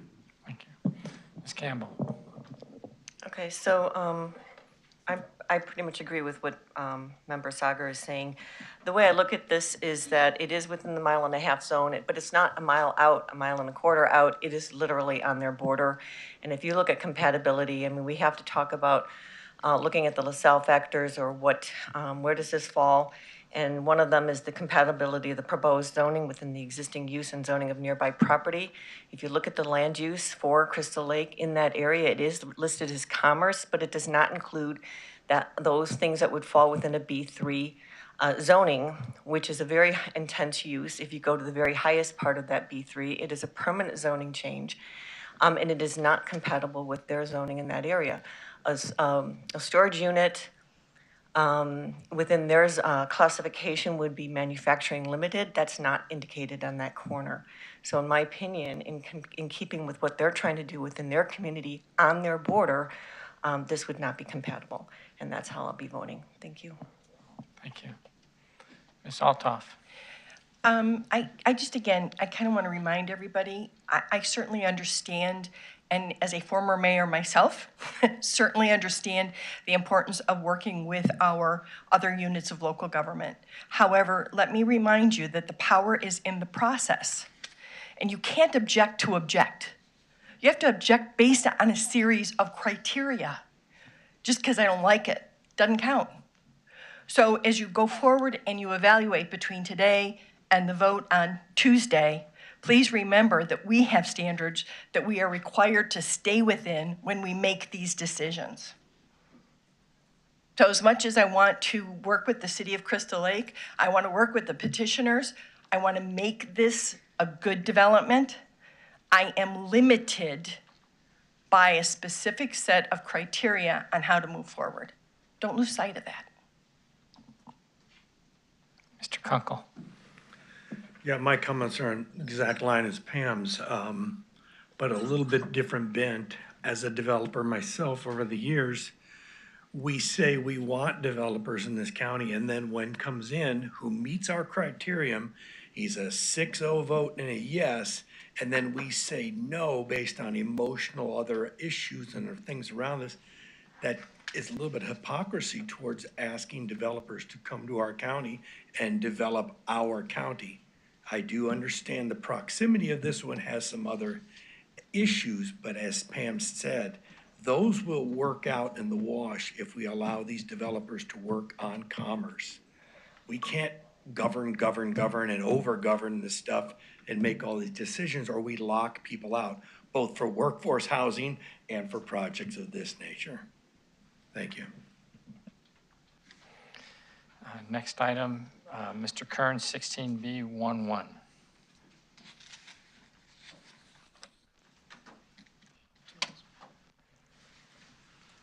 Okay, frankly, I'm sorry that I didn't say this while you were pulling things off, and that I kind of expected a few others to pull it off. So, you want me to start and go through? Wherever you'd like, you have the floor. Okay. I'm just going to ask about some questions to be answered, and I understand the reason for under each committee that they would select a participant on the Senior Service Grant Commission to spread that out to try to get people who would want it and participate instead of, because I was on that a long time ago, and certain members just don't show up to that. So I understand that. What's the answer or solution if no member of a particular committee wants to do that? Where do we go next? Well, the concern here on public health was the Senior Services Grant Commission revised, and instead of having 7 board members show up on the grant commission, we needed 1. I would think that somebody, there may be committees we've all served on before that we don't want to serve on, but we got to find somebody to do senior grant service. No, and I'm saying, just if we're supposed to appoint from a committee, say, let's say transportation, and we ask for volunteers, we nominate someone, and they say, I don't want to do that, I won't do it. And we can't select someone. What is the fallback to filling that position? Well, I would assume that if no one on a committee wanted to do it, at some point in time, you're going to have a vacancy, and the board would have to decide to do that. Understand, all the board rules can be suspended at any time by a 2/3 vote of this body. So, I mean, I was looking for a clearer solution, and to make that a little clearer of what the fallback would be if the chairman would just appoint someone. Salto, did you want to comment on that aspect? I do, and Mr. Chair, I concur with you. I think past practice, if no one from that committee would want to serve in that capacity, it would come back to the board, and the board could take any other board member who would want to volunteer for that position. Maybe to satisfy Mr. Kern's concerns, that can be specified in the rules before Tuesday evening. I'd be satisfied with that, but I don't find it necessary. I was just asking the question. If it comes back to the board, I'm okay with that. If you want to write that in there, I'm okay with that also. I think that's understood, but I think it comes back to the board anyway. If nobody's there and nobody will serve, we got to find somebody who will. Right, okay. So then I'll roll back to my next one on the county board transition. And I've struggled with this, and I know the board struggled with this on the admin service committee on the past group prior to this one. And I know I was on that one, and at that time I struggled with it also on the organization meeting because of our change to 9 districts from 6 districts. And now we've got 50% of the board being selected for the organization meeting, and I'm not sure if there's even a good way to do it differently. It's just kind of a bad, I like to call that part out. And on there, the old former way, when we had 6 districts, the reason for seniority on that board, there's 2 reasons for seniority, but the reason for seniority on that committee was that if there were 4 members and they all couldn't agree upon someone, and we did have that a couple of times, that we did a coin flip, okay? And it deferred to the senior member, and that's why we had that on there. So now I've struggled because you have 2 members on there, and if the senior member doesn't back down, but a new member did want to have it, it automatically defaults to the senior member. Is that fair to the new member? I'm not sure. So maybe a coin flip there would be the solution instead of seniority at that point. Now, to be the opposite side of that, the argument against that is the senior members have been on the board longer and would understand rather than a new member. So how the board works. So I don't object if you leave it the way it is. I just wanted to bring out that that is the oddest part of our whole board rules is the county board transition. That is just, and I don't know if there's a better solution unless someone else had that. So that's what I have on that section, if anybody wants to input on that. My comment to you would be, I would much prefer to have an organization committee of the longest-serving members than an organization committee that randomly was chosen by a coin flip, and we now found 9 new members. Because remember last time we had 9 new members here. You could have had 9 new members that had never organized the board before as a committee. I just don't think that's the way I would want to be trying to organize the board. Yeah, I just brought that up as because the oddity of that, of 50% of the board being on that, and now 50% of the senior members could possibly overlook what the new members really want. They ran for office too. So I don't argue, but if because I don't have a better solution. Okay. I'm just pointing it out. It was good. Okay. I didn't say a minute. Some things will And now it got lights lit up, so. That's right. Now people want to The two talk. If people you want that to lit take up, some do of you those want to people comment in on this between mine, aspect, or do you have, I'd like rather you we handle each one Okay. individually. Ms. Wagner? I actually wanted to go back to the Senior Service Grant Commission because I don't know if this applies just to the Senior Service Grant Commission. I mean, wouldn't that apply to somebody who is selected as a liaison to a committee they don't want to go to? I don't know if we want to make that specific to that. Is there a way we can make that a general? It came about here because the Senior Services Grant Commission got reorganized. That's the only reason it ended up in that location. I think all the other ones, if somebody doesn't want the job, they don't take the job, and the chairman has, or whoever the chair has tried to find somebody else who would. I mean, Is there's that- 20-some liaison Right. positions that are available. If somebody wants to work on something, I yet to find that there's that many board members that want to do liaison committees. Right. I just wanted to point out that it's a whole general thing, not just to the Not Senior just Service this Grant one. Commission, yeah. Ms. Messius, did you want to talk about, Let's talk about organization. okay. go Okay, right ahead. so, I mean, I, at the moment, don't have a problem with the way that we have it in the board rules. As my second term, right, I've gone through the results of 2 committees, on committees, and am pleased enough, right? So, I mean, I think it's worked, but if we want to consider a different way to do this, there's a different committee, there's a different organization that I'm a part of, where they decide the roles.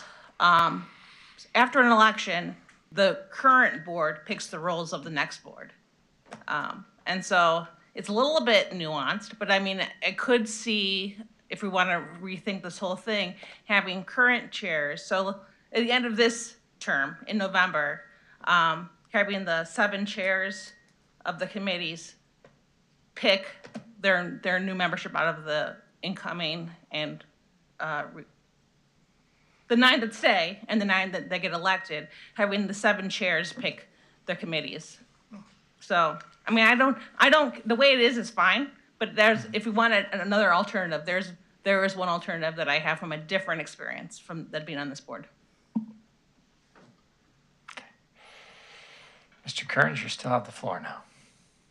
Okay, well, interesting, and that's why I brought up these discussions. People have other ideas sometimes, and that one actually is interesting, but it's up to the board.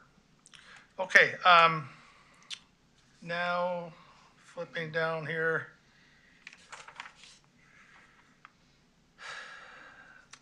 Okay. Comments submitted by board members, and I'm looking at page 15 at this point of the rules, if anybody wants to follow around. The red line section addition, county board members are discouraged from reading letters and otherwise making public comment on behalf of others during member comment. And I have a couple arguments to all of this for different areas, not just this one. A member may acknowledge letters received in their member comments and provide copies to the rest of the board. We have had times in the past where we've spent an hour reading letters from people from the public who write a letter to us, and they email it to every board member, and then different board members have picked those out and they've chose to read those because it's a political hot button. And I understand that those people of the public cannot make it to the meeting possibly. You know, they work or their lives, different things, but they still want to submit it. So my issue there though is our board members reading those issues in members' comments when members' comments are for that. I would like us to state that in our rules, if we get a letter from the public, it would be entered into the record with the clerk for that as public comment in writing. Doesn't need to be read aloud though. That's my point, because they can't be here, but their record still is entered in. So I think, especially when we have a real charged issue where we have a limit of 30 minutes on public comment, and if we spend an hour on members or public who actually came to the meeting or could come to the meeting, then we had another hour of people reading. We had that a couple times. And it really was an issue for me that we should just enter those into the record without reading them. So if the board wants to address that one, I'm more than happy to, but I would prefer that be changed, and state that they are definitely entered into the public record. I don't like discouraged from reading in there, and because we end up in political activism, and I'd rather we just enter it cut and dry, this is how it works. Just want everybody else's thought. The reason we use discouraged in the committee was that I don't think that I can tell you as a board member, you cannot do something during your member comment. Okay. I think we can prefer that and tell you we prefer you not to do that, but I can't tell that I absolutely don't think I can cut your mic off and say, you're reading somebody's letter. Don't. Okay, don't disagree, but can we address that the letters from the public are entered into the record and not expect to be read? Because a lot of these people are expecting them to be read.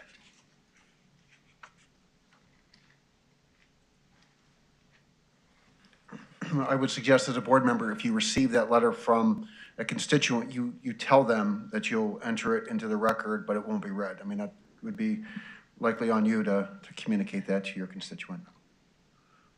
Okay. It doesn't say in here entered into the record, is that what you mean? Yeah, it doesn't say it.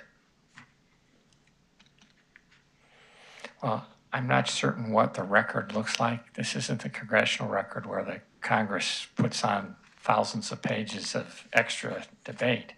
I mean, you can acknowledge that you received the letters. You can even say Could the it be names, entered as but part of the minutes, though, or an attachment to the minutes when they pulled it up? it's not something that we would normally put in the minutes. It's just not the way the minutes are handled. Again, this isn't a congressional record. Ms. Altoff? We've done it in the past. I think what you do is to add it as part of the record would be a name and an address supporting or objecting to blah, whatever that is, right? That's not a huge amount of effort. Doesn't have to be the exact letter, but it's an acknowledgement that someone received an objection or a letter of support for this specific issue. End of story. Ms. Carino? My understanding was that if we got a letter and it was sent to all the county board members, that it becomes part of public comment that then is recorded. It's distributed, and if someone requests that. So if a board member received a letter from a constituent and wanted it sent as public comment, wouldn't we just submit it? Staff would do that, To have the staff distribute it and then be part of public comment. That's in place right now. We do address it under Article 3, Section 1, 1.5 on public comment. Instead of reading them in members' comment, it is addressed in that area where it says members of the public may submit written comment clearly indicating it is a public comment for a specified meeting. if no more than 500 words, that shall be distributed to the county board and referenced by name, topic, and position in the minutes of the meeting. Doesn't say we read it, okay? In order to be distributed and included in the minutes, submissions and comments must occur not less than 24 hours before the declared meeting start time. So what I'm saying is, in member comments, there is no place for this, reading of those letters. It's already addressed. The rule states how it's addressed for public comment. We should not be abusing that, but We are trying to That's my last discourage board comment I'll make members on that. from reading letters. Right, you guys, yeah, you said discouraged, and I understand, and our members really need to defer to the rules. Mr. So- Sager, did you want to speak on this aspect of it, or do you have? Yeah, I do believe. Hang on, let me get your mic. Sure. Go ahead. Thank you. I do believe that the point has been made today. I don't think it needs to be carried forward anymore. Thank you. Thank you. Then I will move down to my next ones. I'm not even gonna bring up the speed zone thing. I'm gonna pass that on. Well, I noticed the Mr. Scala wasn't here, so we were going to put all those on today. Yeah, But- that's why I thought I wouldn't bring that up. I'm gonna lump the rest of my things into one comment, one issue. County board shall only consider voting on items germane to its authority and within the scope of their oath jurisdiction responsibilities.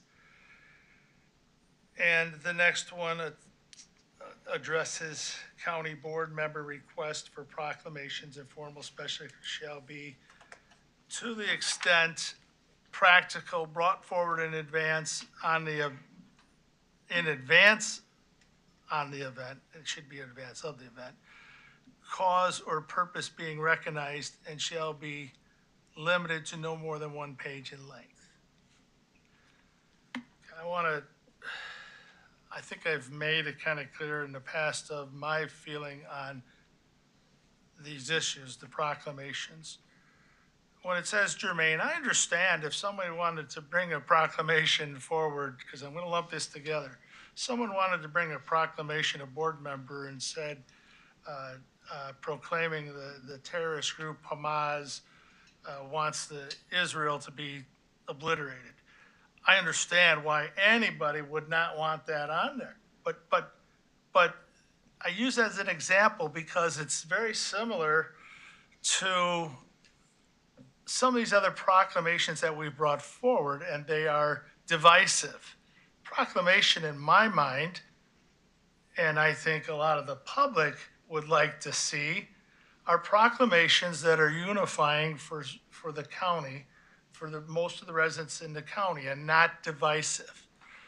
And I'll bring a couple examples of what's good and what are bad in proclamations. The one proclamation came forward, and I believe it was the Marion Central wrestling team. I was never so proud to stand behind that group of young people in the audience who came forward, and they all had their arms around each other in the picture. That was unifying.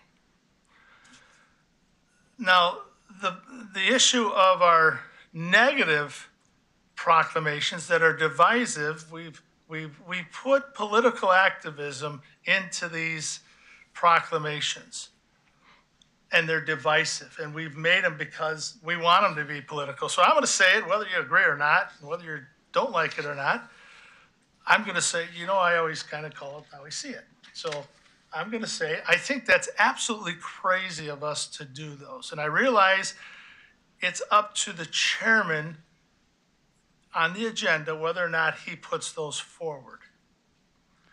So I bring forward my reason why maybe we'll just do away with proclamations on the board, because a newspaper article, recent newspaper article that discussed this And this newspaper article basically, one of our board members basically stated that some of our members don't like to see,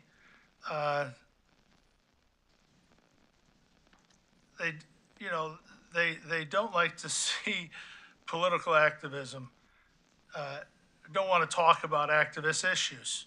I don't. I really don't. But that member is not concerned of any fallout because they can't do anything to you as a board member to follow these rules. So why put the rule in there? Why not just do away with the proclamations? And I'm sorry, we should be proclaiming the people who do something, save a life, put a coat over the mud puddle for grandma walking across, and all those different things that are good. The sports teams that win, they dedicate a lot of things because we can all unite behind those. If anybody votes against something like that, it's too bad for them. But on these other proclamations that are divisive because they're just political statements and they're divisive, and maybe saying just political statements is a little bit far, but that's my opinion. That's the only reason a lot of them are on there and brought forward. Because what happens is when they're modified, the last time we did one, it was modified to be very inclusive and not offend anyone. It was modified, and I compliment the board members, try not to call it their names, but I will, Mr. Sager and Ms. Greeno, who brought that forward and made those changes to take away that divisiveness. All it did was created more divisiveness. We had one member who called everyone out on the floor and by name called them out on the floor and disparaged them in a way that we shouldn't do. Jim, we're getting way outside the board rules. No, I'm not in the board rules. I'm on the board rules about proclamations. And I'm saying why I back this, not doing a proclamation any longer, because part of our board rules is in ethics and conduct, code of honor, we shouldn't be doing that, but we do it. We can't enforce it. Okay. But when it comes to these other ones, we're throwing all that onto the chairman to make a decision, and then they make a political state. The chairman does have that authority to set the agenda. Right. That's why the chairman has that. And maybe the chairman ought to have sole authority over proclamations also They do. to bring forward. They do. But That's I'm why it's stating- written the way it's written. So, anyway, so I'll stir up this hornet's nest and that, and I'll leave it with that. It's just the way I don't like this proclamation issue, the divisiveness in the past. And when you take a vote on these proclamations, everybody says, oh, the board voted for that. If you sit here and you don't say anything, you still said it. Okay, you still proclaim that you agreed with Hamas as a terrorist group. Ms. Wagner? Thank you.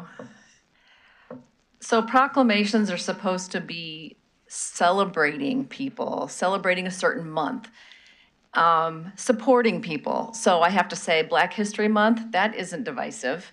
Women's History Month, that's not divisive. Somehow it became divisive, but it's not.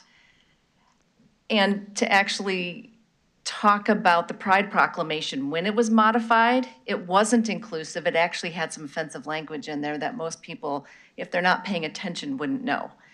So it's celebrating people who are different. Most of us in here are pretty privileged, and we don't understand how people are struggling if we have not been in their shoes. That aside, it is okay that we have different opinions on this board. It's okay. I think if we get rid of proclamations, we want to make sure we don't silence people and silence members. Our job here, even though we all have different political views, is to collaborate and compromise. Yes, maybe some of those proclamations could have been worded differently, but I think we all just need to work together. It shouldn't be either or, it can be together. Ms. Meshes? Thank you. So with the proclamations, they don't have to be voted on. And I think that maybe instead of saying they don't have to be, they should just not be voted on. That they should be celebratory. And when it becomes when it becomes an issue that we're arguing over, it takes out the celebration. So it becomes I think, more detrimental to the community we're trying to support, or the issue that we're trying to support. When we are disagreeing over the language or the relevance of the issue that we're claiming. So I think perhaps I would like to see it say that instead of it saying the definitions of proclamation does not require a vote, it just does not get a vote. That it's proclaimed by the county chairman, and that's what it's going to be. And if it feels like it's too much power to give to the chairman, it already is. It already is the power the chairman has. So I'm just saying, solidify it. Let it be his. He puts it forth, and it just is. It's not a vote. That way we can take out any disagreement over language. If you want to disagree with it, then you can disagree with language with the chairman, and not make a mockery of the people we're supposed to be supporting. Mr. Kunkel. Obviously, as you know, I'm a committee too. We spent more than a minute on this then. We've spent more than a minute on this in general. To my idea, this is a waste of taxpayers' time. As you know, in committee, I said I want to do with proclamations altogether, just because of the time suck that this is and has become. We have a fiduciary responsibility to this county, and that is just draining that from us. I understand people want to do it, but we have spent too much time on this. Thank you. Mr. Shorten. I've got a story that I've been saving up for more than a year now. I believe it was May of last year. Previous September, I had bought a scooter, 278cc. It's a scooter, but it's a nice scooter, and I enjoyed driving it around. I still do. It's up for sale if anybody wants to buy it. Wife's not a fan. Anyway, this May weekend, I was riding it around. If you drive into downtown Crystal Lake, there's a road, there's a stoplight, and right after the stoplight, there's a quick merge. And I was on my bike, had my helmet on, leather, I had pants, I was doing all the safe things. And I was in the left lane, and the right lane kind of merges over to the left. And I pulled up to the stoplight, I'm at a red, and I see this dude next to me is in a gray Pontiac G6, and he's waving at me. And I'm like, I don't like to look in other people's windows, but I'm like, okay. He's waving at me, and I didn't know what he wanted. So I lifted up my helmet. He rolled down his window. He was like, hey, do you want to go first, or should I go first? And I said, what? He says, I just want to make sure, I don't hit you. We don't have a thing here. And I'm like, you go ahead. And he, put the helmet down, green light turned green, he went. And I laughed about it because the Tuesday before, we had passed a proclamation for ABATE, motorcycle safety. And I will bet dollars to donuts that the dude, and I'm not judging, nice looking young kid, bushy black hair, Pontiac G6, look like he took care of it. I mean, not immaculate, it's probably about as clean as my car, which is, moderate. He never heard anything about the proclamation. It didn't drive his behavior. He wasn't concerned about it because we had voted on it the Tuesday before, or the year before, or the year before that. He just did the right thing because it's the right thing. And, obviously ABATE is not a controversial proclamation. And when I look at these proclamations, when they get political, and they do get political, we get into this this area of over here and over here. And if you're not over here, then you're obviously over here. And if you're over here, then you're obviously over here. And I think it to Mr. Kunkel's point, and I've added 2 or 3 more minutes to it, I don't know that the proclamations change anybody's mind on a particular issue. I think they're important from a recognition standpoint when someone achieves, or a team in a high school achieves something good, but the rest of it kind of falls into a muddy area for me.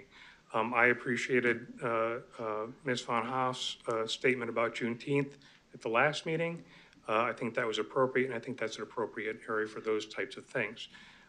So that's all I have, and I'll cede any more minutes to Mr. Kunkel.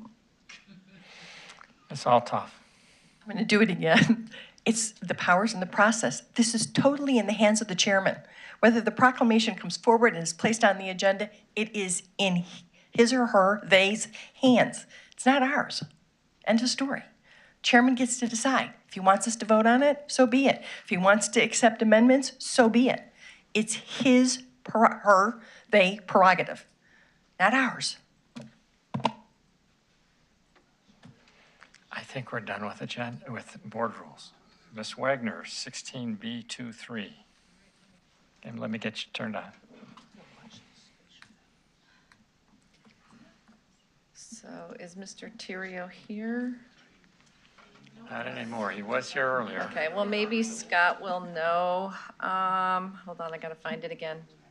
So the costs for the election center are higher than we anticipated, correct?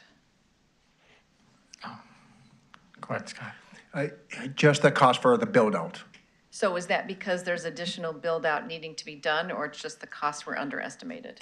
There's the major driver was the addition of an HVAC unit to the back of the building. It was a former Aldi store, and the very back of it was used basically for dry storage. It was not AC or climate controlled. Because now that's going to be used for storage of other materials, including paper, which for the ballots. There was a concern that without the climate control, it could affect everything. So the decision was made during the design and not anticipated at the onset of this, that an HVAC unit needed to be added, and that was a main driver to this cost. Okay, so have we hired contractors to do this work, or is the owner doing the work? The owner did the work. He already did, okay, and we're reimbursing him up to a certain point, it sounds like, so. That's correct. So what happens if there's a problem? Is that something that, like if something's not up to code or if it breaks, who's responsible for fixing that? Is it the owner or would it be us? It's going to, the owner has the responsibility to turn this over to ensure it meets all code compliance, meets fire suppression. So everything on the front end needs to be turned over. And that actually has done, in fact, I want to commend the owner, did a fantastic job, was really diligent and dedicated to this project. So that obligation to give us a finished project was on the owner. As far as ongoing maintenance, say if an HVAC unit completely fails, then the responsibility would be on the owner to replace. We have an obligation, though, to have an annual maintenance contract to ensure filters are changed and things are like that. So depending on when you see something breaks, it depends on the nature of the break. Minor maintenance would be on us, but it's something with the structure, the roof, that would fall into the owner. Okay, so kind of like your typical rental contract. Correct. Okay, thank you. No other comments. I believe that's all of the things that were pulled off the board. I don't know if we have any kind of administrator's report from your end. Scott, go ahead. Well, thank you. County Administrator Pete Austin. Wait, timing's perfect. We're done. You're okay, Joe. So, you can go back downstairs. We got it. Well done, thanks. Well, County Administrator Peter Austin and Chairman Bueller are en route to Tampa to attend the NACO conference, so they're going to represent the county and hopefully bring back a lot of great ideas and great thoughts to helping McHenry County be the best that we can be. So in his stead, there's a few items I'd like to report. And first off, the first several, actually, I want to touch upon our favorite EMA. McHenry County Emergency Management Agency on July 22nd is going to be hosting a meeting with 12 of our major manufacturers within the county to really talk about resiliency and emergency response to ensure manufacturing community is up to speed on that and to kind of get some of their thoughts on what we need to do collectively to ensure that we can be prepared in the event of a disaster, and that they can be resilient to keep our local economy going. So that's going to be pretty exciting. MCC was a key partner to help assemble the manufacturers that will participate on this panel. Secondly, actually, in June, EMA was successful in bringing the Illinois Emergency Management Agency in for 2 training sessions. One was called the G191. It's the Incident Command System and Emergency Operations Center Interface course. It was a 1-day course. It was attended by 22 individuals from 12 different agencies to really learn how the Emergency Operations Center interfaces with the incident command, those on the scene, and vice versa, to ensure we're speaking the same language. I attended this course, and my takeaway, because of this role I'm in the EOC, it was kind of like the Rosetta Stone of emergency management. It was a true understanding of how that process works. So that was a great training session. In addition, a 3-day training session called G2300 Intermediate Emergency Operations Function was hosted. And these were both at the Law Enforcement Training Center. We had 12 individuals from 8 different agencies there. So I'm going to commend EMA for bringing these high-level training to our community and letting some of our local agencies participate where otherwise they wouldn't be able to. So the risk management over Monday and Wednesday hosted the OSHA 10-hour course for 12 of our employees. If anybody's been through the OSHA 10-hour safety course, it's a pretty intensive course. It's a great credential to have and ensures that our employees, have a good understanding comprehensively of a lot of those OSHA training points and safety points. And then the final thing I want to note is 56 spongy moth traps have been deployed throughout McHenry County. So I want to thank our citizen scientists who have stepped up to say, yes, I'll hang one up, and yes, I will help count the spongy moths. Many of our citizen scientists, of course, are before me here in the County Board Gallery, so thank you all. I could tell you the spongy moth fly is on, as they call it, because the first moth was documented in McHenry County by the DNR, Department of Agriculture, on June 27th. So the moths are flying, those traps should be working and collecting. We'll get some good data, and more to come. So thank you all for all those who participated. That's all we have. There is no other matters to come before the board, no executive session. Can I have a motion to adjourn by Ms. Altoff, seconded by